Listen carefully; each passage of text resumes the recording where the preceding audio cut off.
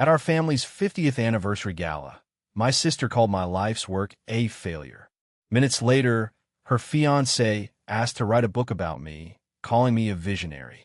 The truth always builds its own stage. The afternoon light in Portland has a way of turning everything soft. It spills through the large window of my apartment, tracing the edges of blueprints scattered across my drafting table and catching the dust motes dancing in the air like tiny, golden sprites. My life is here, in this quiet space filled with the scent of paper, graphite, and freshly brewed coffee. It's a life I built with my own two hands, brick by brick, out of the rubble of a past I tried to bury. On the wall, next to a shelf overflowing with books on urban design and sustainable materials, hangs a single framed photograph. It's old, the colors slightly faded, showing a small boy with a toothy grin standing next to a tall, kind-eyed man. My grandfather. He's got his arm wrapped around my shoulder, and we're both beaming, squinting against the sun that's long since set. In the background, just out of focus, you can see the back of another man, my father, his shoulders rigid as he turns away. The photo was a perfect metaphor for my childhood, for my entire life, really. My grandfather, who saw a builder in me, and my father, who only ever saw a disappointment. I took a slow sip of my coffee, the warmth spreading through my chest as I stared out at the city skyline. Portland wasn't a city of titans like Chicago, the city I fled. It was a city of neighborhoods, of communities, of people. The library I designed downtown, with its living roof and sunlit reading nooks, had just won the National Civic Architecture Prize. It wasn't a headline-grabbing award, not the kind that would be mentioned in the financial pages my father read like scripture. But to me, it was everything. It was proof that my work mattered. It was proof that I had been right. The buzz of the intercom sliced through the quiet. I frowned, not expecting anyone. I pressed the button. Yes. A clipped, professional voice answered. Package delivery for Liam Sterling. A few minutes later, I was holding in my hands. It wasn't a package. It was an envelope. Thick, cream-colored, and heavy enough to feel like a gravestone. In the top left corner, embossed in stark gold foil, was the logo of Sterling Holdings. My breath caught in my throat. I hadn't seen that crest up close in 10 years, not since the day I walked away from it forever. My hand hesitated. For a moment, I considered throwing it straight into the recycling bin, unopened. Let the ghost remain a ghost. But curiosity, that old traitor, got the better of me. I slid my finger under the flap and pulled out a card of the same heavy stock.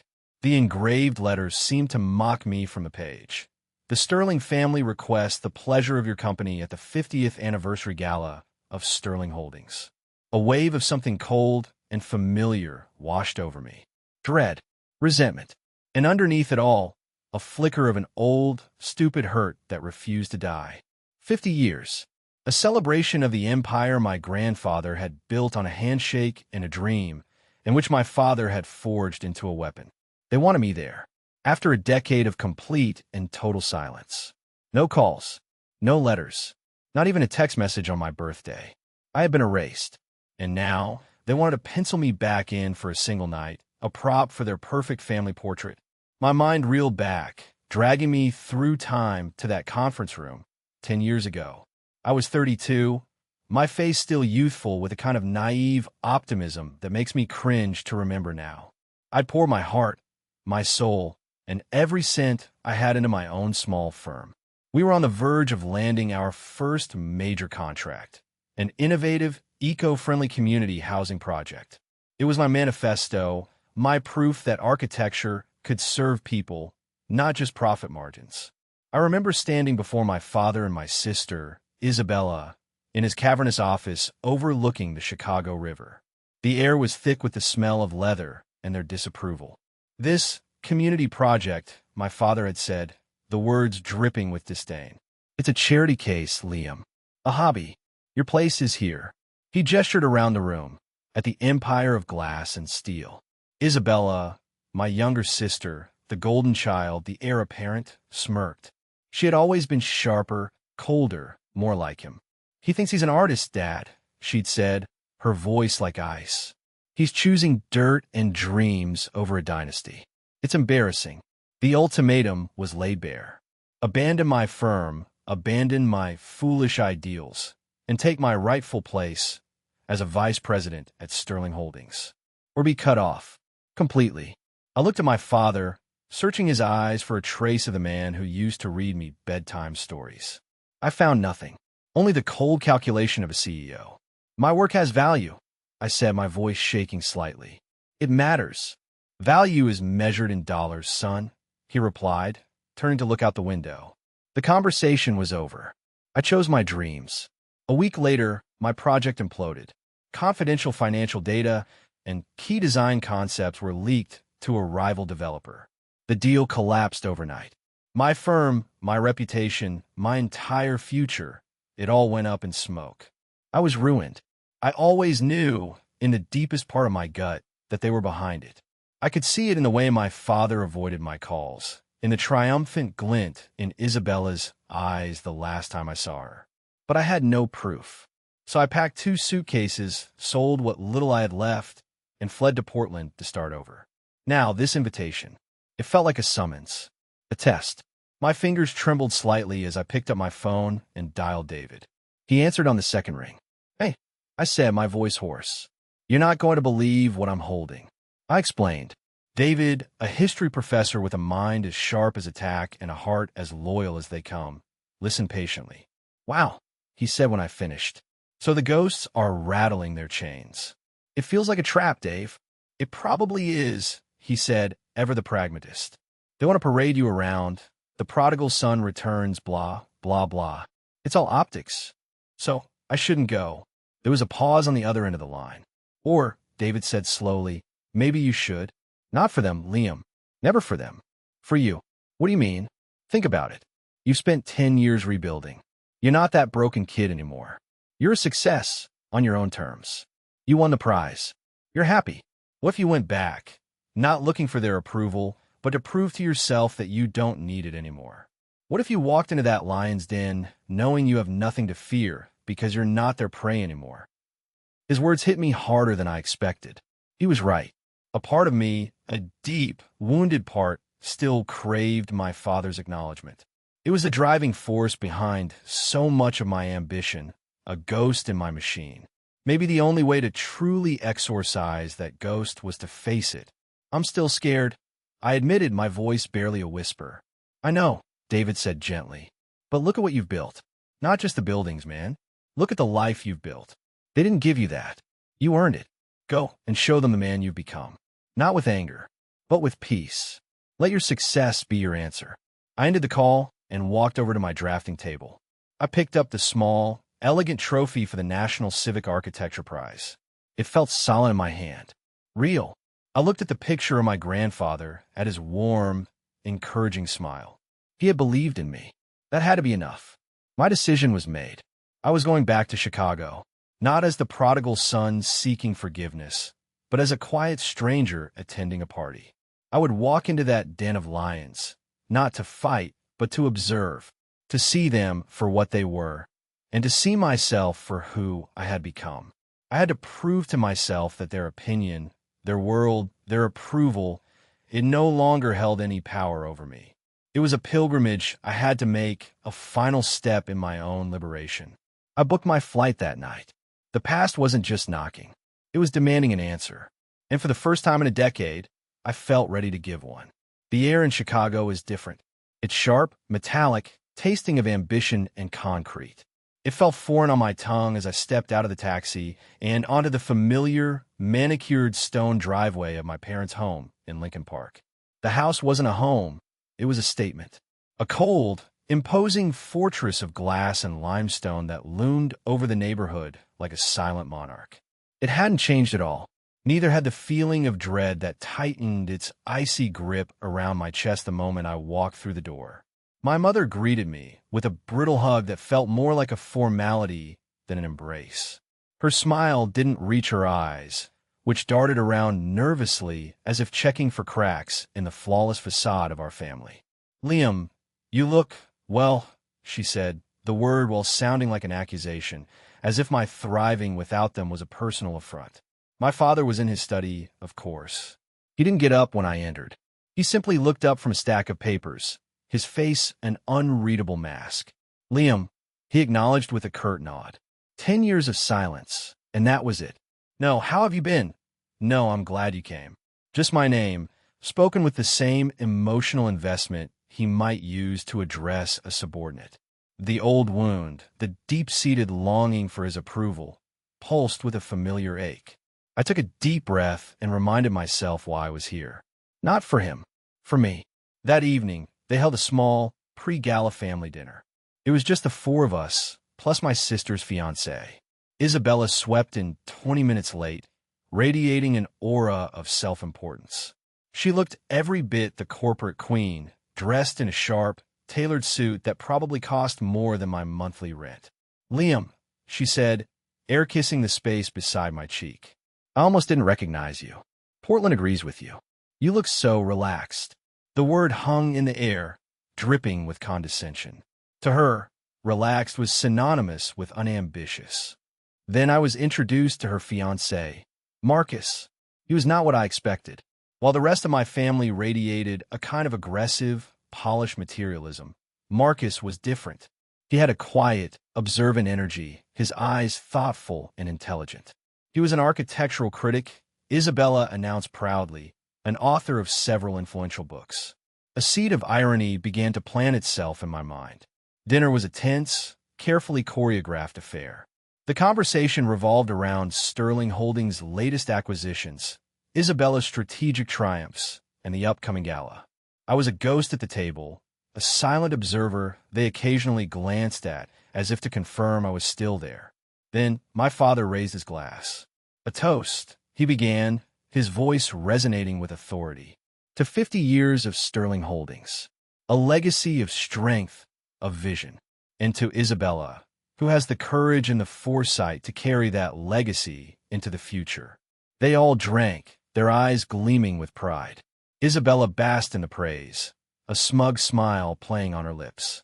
Then she turned her gaze on me. It really is remarkable, she began, her voice smooth as silk but sharp as glass. To see what real success looks like. Some of us, she continued, her eyes locking onto mine, spend our lives building empires that shape cities, that create thousands of jobs, that leave a tangible mark on the world. She paused, letting the weight of her words settle. While others, she said, her voice dropping to a tone of faux pity, are content with their little passion projects, glorified community centers. It's a noble sentiment, I suppose, but it doesn't exactly pay the bills, does it? It's a lovely thought, but when you stand it next to a real legacy, well, it's really just a monument to failure, isn't it? The room fell silent. The air crackled with the cruelty of her words. My mother shifted uncomfortably in her chair, but said nothing. My father stared down at his plate, his silence a deafening endorsement of her attack. They were a united front of dismissal. I felt the blood rush to my face, the familiar sting of humiliation. The 32-year-old me would have stormed out. The 32-year-old me would have shouted, defended himself, shown them his pain. But I was not that man anymore. I met her cold, triumphant gaze and held it. I didn't flinch. I didn't speak. I simply picked up my wine glass, took a slow, deliberate sip, and set it down without a sound. My calmness seemed to unnerve her more than any outburst could have. She wanted a reaction, a confirmation of her power over me. I refused to give it to her. The rest of the dinner passed in a blur. I excused myself as soon as it was polite to do so, the taste of ashes in my mouth. Back in the sterile quiet of my hotel room, the carefully constructed walls of my composure began to crumble. Her words echoed in my head. A monument to failure. Was that what my life was? Had I spent 10 years convincing myself I was a success, only to have it all stripped away by a single venomous speech? I paced the room, the anger and the old hurt churning inside me like a toxic cocktail. I had been a fool to come back. I had been a fool to think I was immune. Just as I was about to call David and tell him I was taking the first flight back to Portland, my phone chimed with an email notification. The sender was an address I didn't recognize. The subject line read, "Your grandfather would have wanted you to know this." My heart hammered against my ribs. I hesitated for a second, then opened it. The body of the email was short. Liam, my name is Arthur Hayes.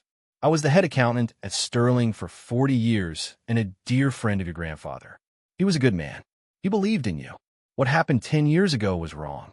The password for the attached file is the nickname he used to call you when you were a boy. My hands were shaking. Skipper. It was what he always called me when we went sailing on Lake Michigan. I typed the word into the password prompt. A file opened. It was a chain of emails. Old emails forwarded from a dormant account. The dates were from the week my project had collapsed, 10 years ago. The sender was Isabella. The recipient was a director at the rival development company. I read, my blood turning to ice. One email after another, laying out her treachery in cold, clinical detail. She hadn't just been aware of the sabotage. She had orchestrated it. She had leaked the confidential financial data. She had forwarded my design concepts. She had systematically, deliberately, and maliciously destroyed me. The final email in the chain made me feel physically sick. It was a message to my father, sent the day after my company went bankrupt. It's done, she had written. He'll be home soon. He needs to fail, Dad. It's the only way he'll understand that he belongs here, with us. It's for his own good. It's for the good of the family. For the good of the family. The words were a grotesque mockery. They hadn't just let me fail. They had pushed me off the cliff. My sister, with my father's implicit blessing, had ruined my life to force me back into a cage I had desperately tried to escape. The anger I felt moments before was replaced by a chilling clarity. This wasn't just about disapproval or sibling rivalry. This was about a level of betrayal so profound it was almost sociopathic. I sat down on the edge of the bed, the phone heavy in my hand. The game had changed. I had come back to Chicago seeking peace, seeking a quiet, personal victory. But now I held the truth. And the truth, I realized, was not a quiet thing. It was a weapon. And the 50th anniversary gala was no longer just a party. It was a stage. The grand ballroom of the Drake Hotel was a sea of glittering chandeliers, black ties, and forced smiles. The air hummed with the buzz of 1,000 conversations, the clinking of champagne flutes, and the suffocating scent of money. This was my family's natural habitat, a grand stage for a grand performance. I moved through the crowd like a phantom, an invisible man in a tailored suit, my presence acknowledged only by a few curious glances and the occasional tight, questioning smile from a distant relative who couldn't quite place me. On a massive screen behind the stage, a professionally produced tribute video was playing on a loop. It was a 50-year highlight reel of Sterling Holdings' triumphs, a visual ode to my father's ambition and my grandfather's legacy. There were photos of my father cutting ribbons, shaking hands with mayors, and standing proudly on construction sites. There were photos of Isabella as a bright-eyed intern, then as a sharp-suited executive, the perfect heiress. I watched for 5 minutes, my face a stoic mask. I appeared in only one photo, a grainy shot from family Christmas nearly 15 years ago, positioned in the back, partially obscured by an uncle. I had been systematically edited out of my own family's history. It was no longer painful. It was simply a fact. I found a spot near the edge of the room, nursing a glass of sparkling water, and watched the performance. I saw Isabella holding court, laughing a little too loudly, her hand possessively on Marcus's arm. I saw my mother, a perfect hostess, gliding through the crowd with a smile that never quite thawed the anxiety in her eyes. I saw my father, the king in his castle, accepting congratulations with a practiced, magnanimous air. They were flawless. The formal speeches began. My father spoke of strength and legacy. Then it was Isabella's turn. She stepped up to the podium, radiant under the spotlights, the very picture of modern corporate royalty. She spoke of the company's future, of bold new ventures, of the unshakable Sterling commitment to excellence. It was a magnificent speech, polished and inspiring, and a complete lie. As she finished to a wave of thunderous applause, I felt a presence beside me. It was Marcus. He had been looking for me. "There you are," he said, a genuine warmth in his voice that felt jarring in the coldness of the room. Incredible turnout, isn't it? It's certainly something, I replied, my voice neutral. He studied my face for a moment, a thoughtful frown creasing his brow. You know, he began slowly. Isabella mentioned you were an architect, but she was rather vague about it. What did you study? What's your focus? Before I could answer, his eyes widened. A flash of sudden, profound realization washed over his face. It was as if 1,000 puzzle pieces had just clicked into place in his mind. Wait a minute, he whispered, his voice filled with disbelief. He pulled out his phone, typed something quickly, and stared at the screen. He looked from the phone back to my face. My God, he breathed, his voice now carrying over the din of the crowd. Liam, the Liam Sterling? The one who designed the Northwood Library. A few people nearby turned to look. I simply nodded. His face lit up with an unadulterated, intellectual excitement that was utterly alien to this room. I can't believe it, he said, extending his hand. I just put it all together. I've been studying your work for months. That library, the way you integrated the public space with sustainable design, it's visionary. Truly, it is an absolute honor to meet you. The group of influential developers and city officials standing nearby fell silent, their eyes wide with curiosity. Isabella, who had just stepped off the stage, froze. Her triumphant smile dissolved, replaced by a mask of stunned disbelief and rising fury. The spotlight she craved had just swiveled, without warning, directly onto the brother she had dismissed as a failure. Marcus, completely lost in his professional admiration and oblivious to the domestic drama he had just ignited, turned to the small crowd that had gathered.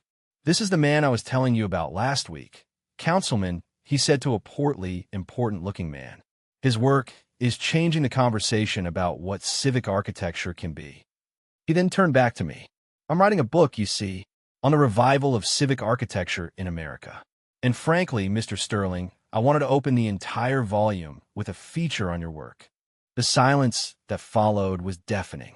You could have heard a diamond drop. Isabella's carefully constructed world, her entire narrative of superiority, had been publicly and spectacularly dismantled. Her monument to failure was being lauded as visionary by her own fiancé, in front of the very people she so desperately wanted to impress. It was a humiliation so complete, so perfect, it was almost poetic. In the stunned aftermath, as the whispers began to ripple through the ballroom, I turned to my father. I think we need to have a family conversation, I said, my voice quiet but firm. In private. Minutes later, we were in a small, opulent study off the main hall. My father, my mother, a seething Isabella, and a now very confused and concerned Marcus. The door clicked shut, sealing us in a capsule of suffocating tension. What the hell was that, Liam? Isabella hissed, her mask of civility gone, revealing the raw fury beneath. Did you put him up to this? Did you come here just to embarrass me? Embarrass you? I asked, a cold calm settling over me. No, Isabella. I came here to find peace. But you wouldn't allow that, would you? You had to stand up at dinner last night and call my life's work a failure. You've been telling that story for 10 years. I took a breath. But it was never enough for you to just say it, was it? You had to make it a reality. I took out my phone and placed it on the polished mahogany desk between us. I opened the file Arthur had sent me. The screen glowed in the dim light. I believe these are your words, I said, my voice low and steady. I read the first email aloud, then the second. I read her clinical instructions on how to ruin me. I read her triumphant report to our father. Each word fell into the silence like a drop of acid. My mother let out a small, strangled sob and sank into a chair. My father's face, always so controlled, was ashen. He looked old, defeated. Isabella stared at the phone, her face a canvas of dawning horror. Where did you get that? The truth has a way of finding the light, doesn't it? I said simply. I didn't look at her. I looked at Marcus. His face was a study in disgust. He looked from a phone to the woman he was supposed to marry. It was clear he was seeing her for the first time. You didn't just disagree with his life choice, Marcus said, his voice shaking with a quiet rage. You systematically destroyed his career, his life. Out of what? Spite? Jealousy? He reached into his pocket and pulled out the enormous diamond ring. He didn't hand it to her. He placed it on the desk with a soft, final click. It sat there, glittering coldly next to the evidence of her betrayal. "I can't marry this," he said, his voice flat. "This isn't ambition. This is poison." He then turned to me, his eyes filled with a new, somber respect. "The offer for the book stands, Liam. More than ever, the world needs to hear your story." He gave a curt nod and walked out of the room, leaving a shattering silence in his wake. Isabella began to sob, ugly, gasping sounds of a queen whose crown had just been melted down before her eyes. My mother was weeping silently into her hands. But I wasn't looking at them. I was looking at my father. He stood there, speechless, his empire, his legacy, his perfect family, all crumbling around him. I looked into his eyes, the eyes I'd spent a lifetime trying to win over. I searched for an apology, for remorse, for any sign of the father I had once loved. I found nothing. And in that moment, I realized I no longer needed to. The desperate, yearning part of my soul had finally gone quiet. I felt no anger, no hatred, only a profound, unshakable peace. I had won, not by destroying them, but by freeing myself. I turned, and without another word, I walked out of the room, leaving them to drown in the truth they had tried so hard to bury. The fallout wasn't a loud explosion. It was a quiet, creeping rot. There were no dramatic headlines in the major papers, only hushed whispers in the exclusive clubs and boardrooms of Chicago. The story of the broken engagement, a scandal in itself among the city's elite, spread like wildfire, but it was the reason for the split that did the real damage. The story of Isabella's treachery, of a family that would cannibalize its own for the sake of control, became the city's most sordid piece of gossip. The impeccable image of Sterling Holdings, built on a carefully crafted narrative of family strength and integrity, began to crack. Key investors grew nervous. A story about a ruthless business deal is one thing. A story about a family that devours its own children is another entirely. It spoke of a deeper instability, a moral bankruptcy that no amount of PR could spin. The company's stock, which had been a bastion of stability for decades, took a noticeable, sustained dip. My father's legacy, his 50-year monument, was tarnished, not by a market crash, but by the moral failings of its own architects. Isabella was forced to take an indefinite leave of absence, a polite corporate term for being exiled.